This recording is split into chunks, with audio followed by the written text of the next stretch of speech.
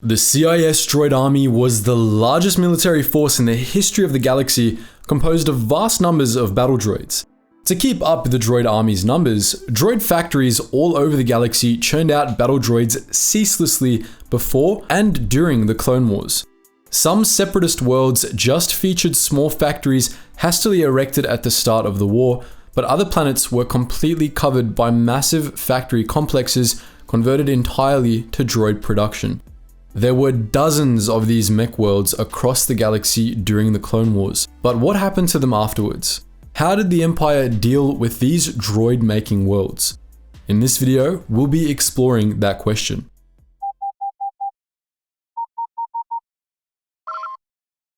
Attention, Sergeant on deck! As the Republic expanded across the galaxy, the civilizations that founded it grew larger right alongside it. Some, such as those of Coruscant, Alsaken, and Humberine, grew so rapidly and to such an extent that they became ecomonopolises, or city planets. But the inhabitants of many other planets weren't willing to lose the natural beauty of their homeworlds and resisted the total industrialization other planets underwent. This caused problems, however, as a limiting industry put a cap on just how large those civilizations could grow. Though, early in Republic history, a solution to this dilemma was found: exporting industry. As the Republic discovered ever more star systems, it also discovered a great many uninhabitable rocks unsuitable for traditional colonization. While these worlds weren't fit for settlement, they were perfect candidates for industrialization. Wealthy core worlds sunk vast amounts of credits into industrializing these dead planets, covering them with vast production facilities. As this allowed the civilizations of the core to continue to grow without sacrificing their homeworlds, this pattern of outsourcing industry became as widespread as Republic rule. Thus, the galaxy's first Mechworlds came into being. One of the many industries that was outsourced to these factory worlds was droid production. By the time of the Clone Wars, most of the galaxy's droids were produced on Mechworlds, with Mechas 3 and Telti as the most prominent. Both were inner rim worlds with long histories, and both were almost completely covered by vast droid factories. Mechas 3, a smoke-shrouded volcanic world, was almost completely automated, home to only a skeleton population of humans that made sure nothing went wrong. It rented out its factories to many companies, notably including the Techno Union, the Genetech Corporation, Arakid Industries, Veral Line Systems, and the Sora Sub Corporation. Telti, on the other hand, was a lifeless moon dotted with massive habitat domes, which housed similarly automated factories. Telti also rented out factory space to the Techno Union, as well as dozens of other droid-making companies. Before the Clone Wars, the droid-making industry was dominated by the Techno Union. Countless corporations, from the Kuwait drive yards to the Geenocean Industries, were Techno Union members, and many Mechworlds were owned wholesale by the Union. Among the subsidiaries of the Techno Union was Bactoid Combat Automata, the Geenocean firm responsible for the production of the B-1 battle droid.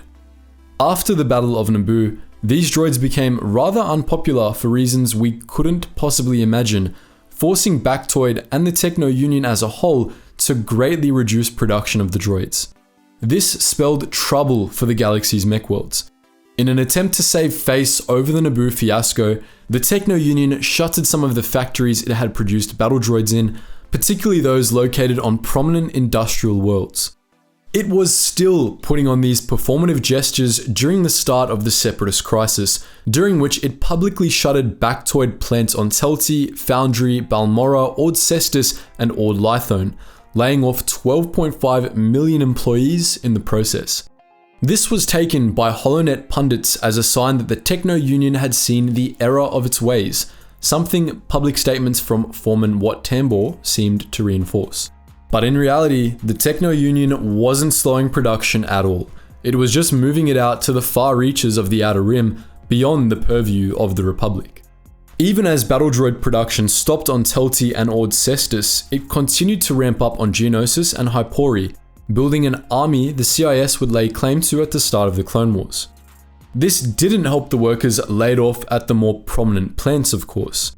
The Techno Union didn't offer them any jobs in their new facilities, which were almost exclusively staffed by droids and Geonosian drones. Nor was it much help to the Mechworlds, which began to see their output slump. When the Clone Wars erupted, it did so on Geonosis, the Confederacy's primary foundry world. That first battle ended with the Republic's capture of Geonosis, which forced the Separatists to again rely on a diverse array of planets. Hypori, a Geonosian colony, more or less replaced Geonosis as the Separatists' most important mech worlds, but there were many other droid-making worlds that seceded at the start of the war. Metalorn, a Techno Union stronghold, became a major producer of battle droids, as did Mechas 3. Foundry and Ord Cestus, which seceded after the Battle of Geonosis, reopened their old Bactoid plants and began to churn out battle droids once more. The loyalties of some of the other mech worlds were much less clear-cut. Telti remained in the Republic, but apparently didn't favor either side of the Clone Wars. Balmorra initially remained in the Republic as well, but changed their mind when the Republic ordered it to close down its remaining Techno Union plants. It ended up joining the CIS, resuming its production of battle droids and receiving a fleet of battleships from Nemoidia in return. However, Balmorra, being the galaxy's biggest weapons manufacturer, wasn't really partial to either side of the Clone Wars. Even as it became one of the Confederacy's biggest suppliers of battle droids, it continued to sell SD-6 Hulk battle droids to the Republic, to the ire of Count Dooku. Ord Cestus, on the other hand, ended up jumping ship and rejoining the Republic early in the war, closing down its Techno Union foundries. Many of those mech worlds that joined the CIS fared poorly even before the Clone Wars were over. Metalorn, for example, was the site of several major battles which laid waste to much of the planet.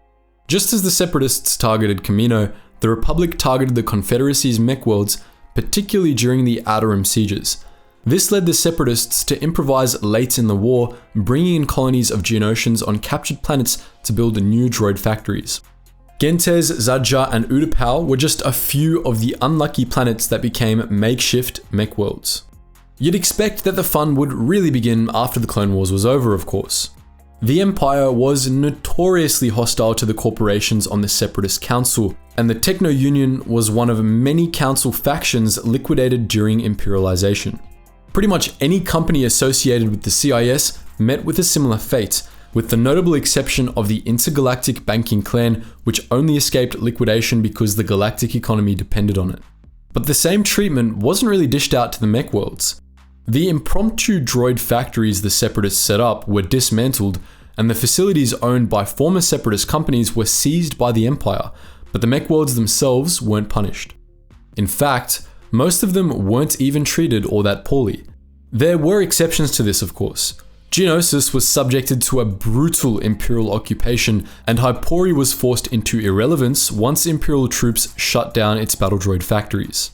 But most of the other mech worlds just had to retool their facilities and then get back to business.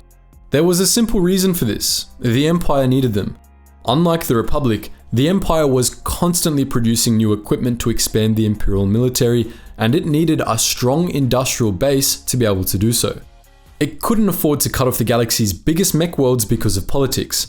Instead, it replaced the CIS as those systems' primary client.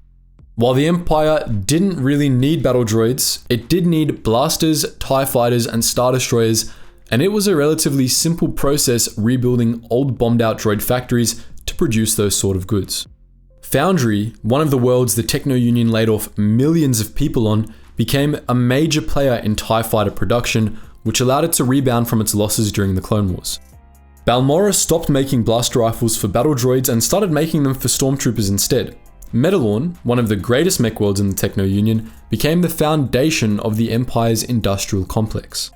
It should be noted that, though this greatly benefited the rulers of these mech worlds and the shareholders of their foundries, the rise of the Empire did nothing to help the people that actually worked in these factories. The Empire didn't care about the people laid off by the Techno Union before the Clone Wars, or those who had lost their jobs because of the Clone Wars or its conclusion. On Metalorn, the Empire outright enslaved the planet's workers, forcing Metalorn's laborers to wear identical uniforms and barring them from doing pretty much anything aside from working, eating, and sleeping. So that's our look at the fate of Separatist mech worlds after the end of the Clone Wars. But what do you think? Would you like to see videos focusing on any of these planets in particular?